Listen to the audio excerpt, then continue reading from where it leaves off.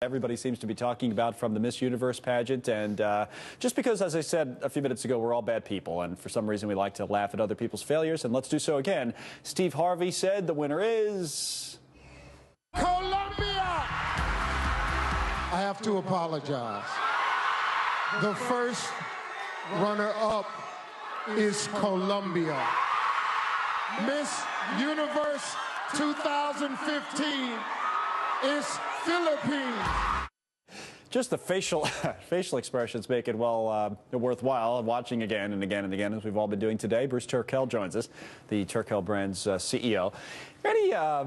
Besides this being funny, and I will say that I was one of the first people to laugh at it since I was up very early this morning, is there anything else in this in terms of, it doesn't really mean anything to Steve Harvey, right? I mean, it's not like he's going to end his career. What did you make of all of it?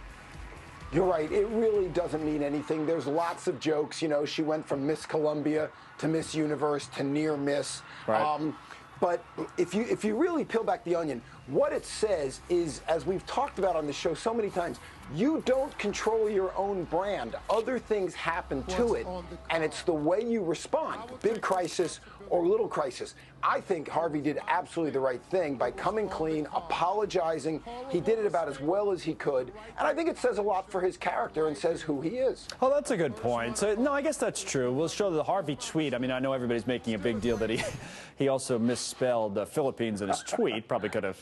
Well, I will give him that. It was a long night for Steve, so maybe we should give him a pass there. But your point is, come out, don't try to cover it up or whatever. Right. Know that it's just but it's a joke, obviously not to these two young ladies who'd worked hard to get to that point, I'm sure. Maybe Trump's right. Maybe they should be co-champions or whatever he suggested today.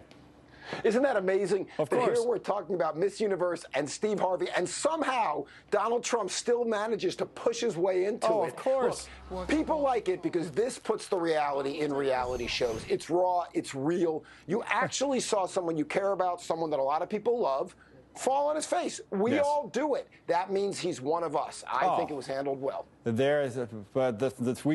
of us could be next. We could be next in this segment if we don't wrap it up in time. The Trump tweet we have it on the screen, it just came off, was pretty funny too. That because of course, I'm sure a lot of people know he used to own the Miss Universe pageant, but he said, "Oh, this never would have happened. Never would have happened if Trump was in charge." He said, "That's when it was the biggest. That's when it was the best." Exactly. So if I was here, then we never would have had this issue. So well, maybe I don't know the co-champion thing. To be serious, I don't know, from Donald might be onto something there. That poor girl who thought she won, her face, this is her with the crown on, sad. Had her face at the end. She's looking at Steve Harvey like, you got to be kidding me, Steve. What did you do to me? Really? Yeah, and she didn't even say, I mean, what else could she do? She kneels down a little so they can get the crown off her head. Oh, yeah. This girl, she was fairly gracious. We probably looked dumber talking about it than they did last night in the middle of it, right? Isn't that the truth? I mean, again, this is what gets people to pay attention. This is what makes people cue in. And at the end of it, look, did John Travolta get hurt by mispronouncing Mazelle's name a couple years ago? No.